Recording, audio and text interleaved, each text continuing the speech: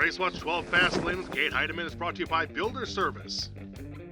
The last plate-style race for the next 60 days has concluded with the triple header from Atlanta Motor Speedway.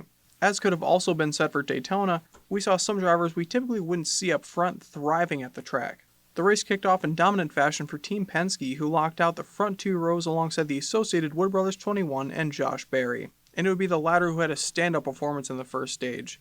Berry was up front all of Stage 1 en route to collecting his second career stage victory. Stage 2, the Chevrolets mounted a comeback with who else but Kyle Larson taking the green and white amongst a sea of his competitors. But by race's end, it was right back to being Penske versus the world, until incrementally the Penske cars fell one by one. First, Carson Hocevar punted Ryan Blaney, and while the 12 was able to mount a comeback, the same could not be said for Austin Cindric, who gets walled by Kyle Larson and is sent through the field colliding with the backstretch wall, which also ends the day of last week's winner William Byron. Now in overtime, the final lap was a duel between Kyle Larson and Christopher Bell. While they did take the white flag, they would not make it back to the line before the caution came out again for a destroyed Josh Berry. With the winner being the driver who was ahead at the time of caution, it was determined to be Christopher Bell, stealing one when all the Toyota drivers were barely in the conversation all race, and securing himself a spot in this year's playoffs.